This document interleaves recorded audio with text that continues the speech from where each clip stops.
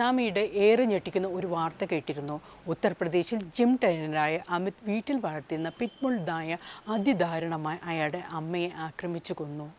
നായയുടെ ആക്രമണത്തിൽ മാംസം പോലും വേർപെട്ട് അതിദാരുണമായി മരിച്ച സുശീല ത്രിപാഠി എന്ന റിട്ടയർഡ് ടീച്ചറുടെ മരണവാർത്ത ഏറെ മാധ്യമ ശ്രദ്ധ നേടുകയും ചെയ്തിരുന്നു. നായ ആക്രമിക്കുന്നത് കണ്ട് അയൽപ്പക്കക്കാരാണ് ജിമ്മിലായിരുന്ന മകനെ വിളിച്ചു വരുത്തിയത്. അക്രമകാരിയായതുകൊണ്ട് അടുത്തു പോകാൻ പേടിച്ചു ചുറ്റും നിന്ന ആൾക്കാർ ശ്രദ്ധ തിരിക്കാൻ ശ്രമിച്ചെങ്കിലും നായ പിടിവിടാൻ കൂട്ടാക്കിയില്ല. ജിമ്മിലായിരുന്ന മകനെത്തി ഉടനെ അമ്മയെ ആശുപത്രിയിൽ എത്തിച്ചെങ്കിലും അതിനോടകം ധാരാളം രക്തം വാർന്നവർ മരിച്ചിരുന്നു. മകനായ അമിത് പറയുന്നത് കഴിഞ്ഞ 3 വർഷമായി ഒരു ലാബ്രഡോറിനെയും പിറ്റ്ബുള്ളിനെയും വീടിൻ്റെ സുരക്ഷയ്ക്കായി വളർത്തുന്നുണ്ട്. അമ്മയുമായി നായ്ക്കൾ വളരെ സൗഹൃദത്തിലുമായിരുന്നു. പിന്നെ ഇതെങ്ങനെ സംഭവിച്ചു എന്നറിയില്ലെന്നാണ്. ഒടുവിൽ നഗരസഭാ അധികാരികളെത്തി പിറ്റ്ബുള്ളിനെ കസ്റ്റഡിയിലെടുക്കുകയും നായയുടെ ലൈസൻസ് റദ്ദാക്കുകയും ചെയ്തു. ഇതോടെ അപകടകാരികളായ നായ്ക്കളെ വീട്ടിൽ വളർത്തുന്നതിന് കർശന നടപടി വേണമെന്ന ആവശ്യം ഉയർന്നിരിക്കുകയാണ്.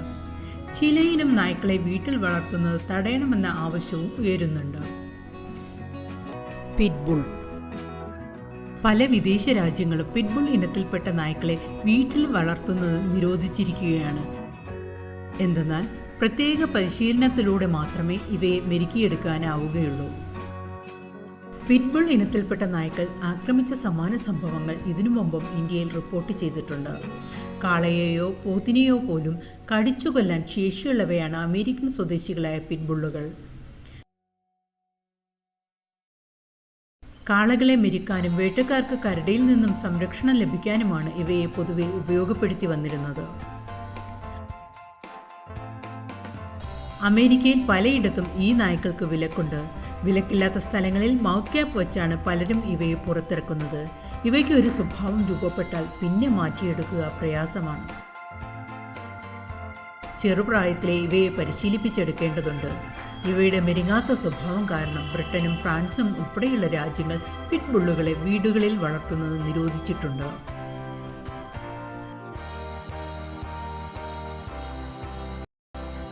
ബോർബോൾ.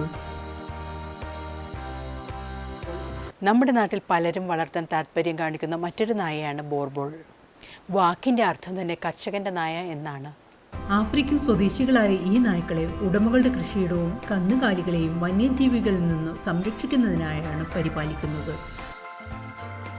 ചതുരാകൃതിയിലുള്ള മുഖവും ശക്തമായ പേശികളുമുള്ള ബോർബോളിന് 80 കിലോയോളം ഭാരം വരും. കുടുംബാംഗങ്ങളോട് ഏറെ വിധേയത്വം പുലർത്തുന്ന ഇവ അവർക്കെതിരെ ആരെങ്കിലും ഒരു ചെറുവിരൽ അനക്കിയാൽ ഏതറ്റം വരെയും പോയി അവരെ കീഴ്പ്പെടുത്തും. ഇവ അക്രമകാരികളായാൽ പിന്തിരിപ്പിക്കുക ഏറെ ശ്രമകരമാണ്. കടിച്ച് എലിനെ പോലും തകർക്കാൻ പോകുന്ന ശക്തിയുണ്ടവയ്ക്ക്. ഇവയെ മെരുക്കി വളർത്താൻ നല്ല സാമർഥ്യം ആവശ്യമാണ്. ചെറുപ്രായത്തിലെ മെരുക്കിയെടുത്താലേ ഇവയെ നിയന്ത്രണ പരിധിയിൽ കൊണ്ടുവരാനാകൂ. കഠിനമായ പരിശീലനം ലഭിക്കേണ്ട ഇനത്തിൽപ്പെടുന്നവയാണിവ.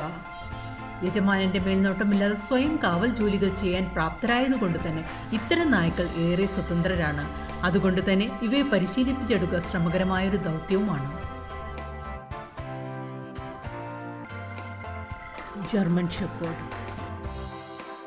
ആര് കണ്ടാലും സ്വന്തമാക്കണമെന്ന് ആഗ്രഹിക്കുന്ന മറ്റൊരു നായയാണ് ജർമ്മൻ ഷെപ്പേർഡ്. പോലീസ് നായ എന്ന നിലയിലാണ് ഇവ അറിയപ്പെടുന്നത് തന്നെ.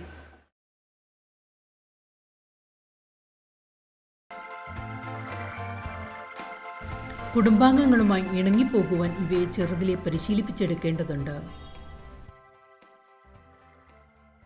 ഊർജ്ജസ്വലരായതുകൊണ്ട് കർമ്മനിരതരായിരുന്നില്ലെങ്കിൽ ഇവ അക്രമകാരികളായി മാറാം. കാടും മലയും ഒക്കെ നിഷ്പ്രയാസം ഓടിക്കയറുന്ന ഇവയ്ക്ക് എപ്പോഴും എന്തെങ്കിലും പണിയെടുത്തു കൊണ്ടിരിക്കണമെന്ന് ചുരുക്കം. നല്ല വ്യായാമം ആവശ്യമുള്ള ഇവയെ വീടിൻ്റെ ഒരു മൂലയ്ക്ക് കെട്ടിയിട്ട് പരിപാലിക്കാമെന്നുള്ളത് വ്യർത്ഥമായ മോഹം മാത്രമാണ്. ഇങ്ങനെ മെരുക്കാൻ ശ്രമിച്ചാൽ ഇവ നിങ്ങളെ തള്ളിയിടാനോ വീട്ടു സാധനങ്ങൾ താറുമാറാക്കാനോ സാധ്യതയുണ്ട്. നായപരിപാലനത്തിൽ മുൻപരിചയമില്ലാത്തവർക്ക് ഒട്ടും അനുയോജ്യമല്ലിവ. ക്ഷമയും പക്വതയും ഉള്ളവരെ കൊണ്ട് മാത്രമേ ഇവയെ പരിശീലിപ്പിച്ച് വരുതിയിൽ നിർത്താനാകൂ.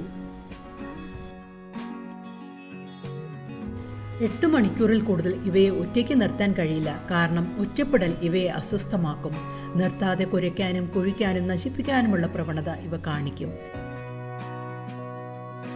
ഇവയ്ക്ക് 40 കിലോയോളം ഭാരവും 65 സെൻറ്റിമീറ്റർ പൊക്കവും വരും.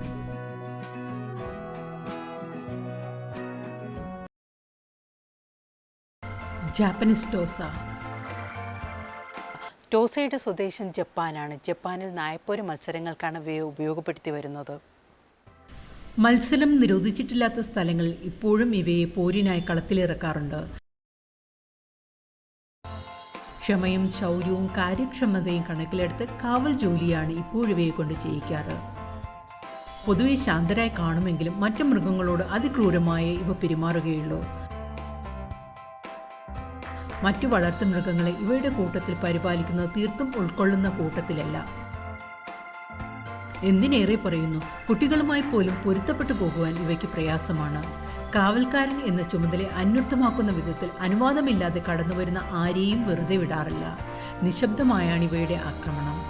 പ്രായപൂർത്തിയായ നായ്ക്ക് 60 സെൻറ്റിമീറ്റർ പൊക്കവും 60 കിലോയോളം ഭാരവും വരും. ഡോബർമാൻ. ഇന്ത്യയിലെ നായപ്രേമികൾ ഏറ്റവും അധികം ഇഷ്ടപ്പെടുന്ന മറ്റൊരു നായയാണ് ഡോബർമാൻ. ബുദ്ധിശക്തിയിലും കൂറിലും യജമാന ഭക്തിയിലും ഡോബർമാൻ മുൻപന്തിയിലാണ്.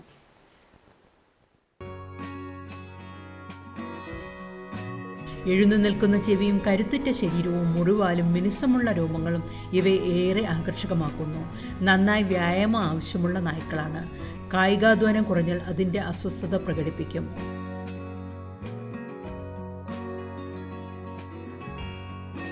ആർക്കും കണ്ടാൽ ഇഷ്ടം തോന്നുന്ന ഡോബർമാൻ കുട്ടികളോടും കുടുംബാംഗങ്ങളോടും നന്നായി ഇണങ്ങിച്ചേരുന്നവയാണ്. ഇത്തരത്തിൽ അവയെ മാറ്റിയെടുക്കണമെങ്കിൽ നല്ല പരിശീലനം നൽകേണ്ടതുണ്ട്.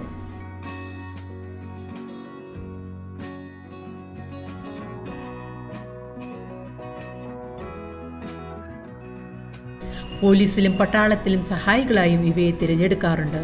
തിടുക്കക്കാരായതുകൊണ്ട് കൃത്യമായ പരിശീലനം ഇവയ്ക്ക് ആവശ്യമാണ്.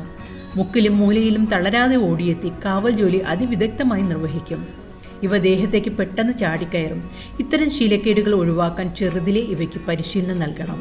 2 അടി ഉയരവും 30 മുതൽ 40 കിലോ വരെ ഭാരവും ഈ ഇനത്തിൽപ്പെട്ട നായ്ക്കൾക്ക് ഉണ്ടാകാറുണ്ട്. ജർമ്മനിയാണ് ഇതിൻ്റെ സ്വദേശം.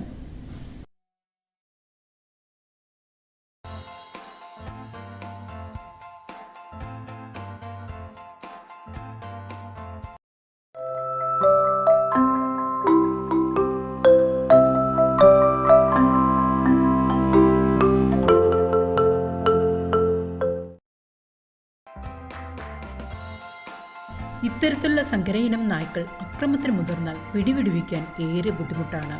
ഇവയുണ്ടാക്കുന്ന മുറിവുകളും ആഴത്തിലുള്ളവയായിരിക്കും. അതുകൊണ്ടാണ് പലരും ഈ ഇനത്തിൽപ്പെട്ട നായ്ക്കളെ ഭയപ്പാടോടെ നോക്കിക്കാണുന്നത്.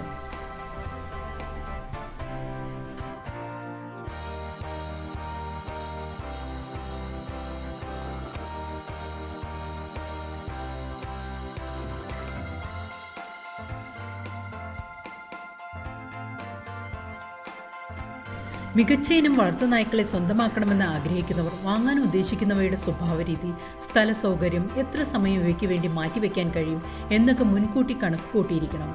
എന്താവശ്യത്തിനാണ് നായ്ക്കളെ വളർത്താൻ ഉദ്ദേശിക്കുന്നത് എന്നതിനെക്കുറിച്ച് വ്യക്തമായ ധാരണ വേണം. സങ്കരയിനം വേണോ, ശുദ്ധജനസിൽപ്പെട്ടവ വേണമോ, നായയെ വളർത്തി മുൻപരിചയമുണ്ടോ, അവയ്ക്ക് ആവശ്യമായ വ്യായാമത്തിനുള്ള സ്ഥലവും സൗകര്യവും ലഭ്യമാക്കാനാകുമോ, ഇതൊക്കെയും കണക്കിലെടുക്കണം.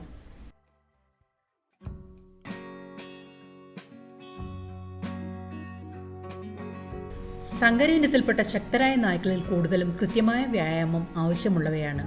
ഇതിനായുള്ള സമയം മാറ്റിവെക്കുക തന്നെ വേണം.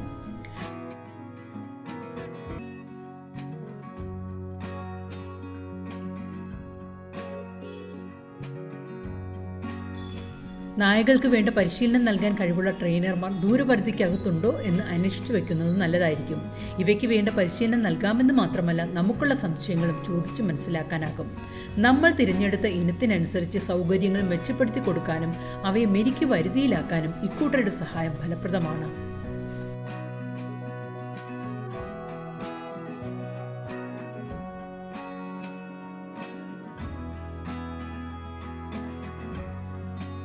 നായകൾ അപകടകാരികളാകുന്നത് ചെറുപ്രായത്തിൽ നാം അവയെ എങ്ങനെ പരിശീലിപ്പിക്കുന്നു എന്നതിനെ ആശ്രയിച്ചു കൂടിയാണിരിക്കുന്നത്. ഇതിനു മുമ്പ് ഇൻസൈറ്റ് മാഗസിനിൽ രജനി എന്ന വീട്ടമ്മ അക്രമകാരി എന്ന് പൊതുവെ വിശേഷിപ്പിക്കുന്ന റോഡ്വീലർ ഇനത്തിലുള്ള നായയെ എങ്ങനെ മെരുക്കിയെടുത്തു എന്ന് നാം കണ്ടതാണ്.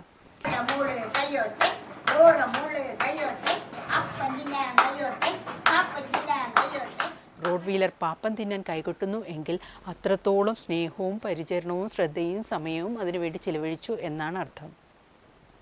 ഇതിൽ നിന്ന് വ്യക്തമാക്കുന്നത് സ്നേഹവും ശ്രദ്ധയും പരിശീലനവും കൊണ്ട് ഏത് ഭീകരനായെയും വരുതിയിലാക്കാമെന്നാണ്. ഇൻസൈറ്റ് മാഗസിനെ കുറിച്ചുള്ള നിങ്ങളുടെ നിർദ്ദേശങ്ങളും അഭിപ്രായങ്ങളും അറിയിക്കാൻ മറക്കരുത് കേട്ടോ. താങ്ക്